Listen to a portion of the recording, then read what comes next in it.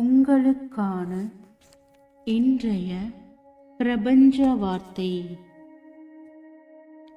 நானும் பிரபஞ்சமும் ஒன்று.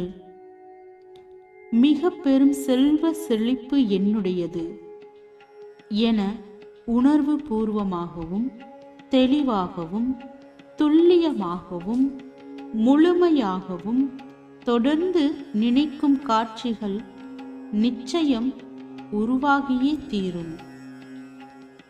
நீங்கள் நன்மை நினைத்தாலும் தீமை நினைத்தாலும் அது உங்கள் வாழ்க்கையில் நிஜமாக அது மாற்றிக் கொடுக்கும்.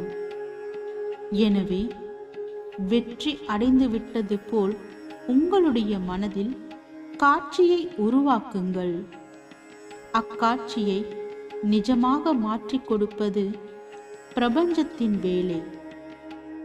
நீங்கள் அதை சுதந்தரித்தே தீருவீர்கள். வாழ்க வளமுடன்.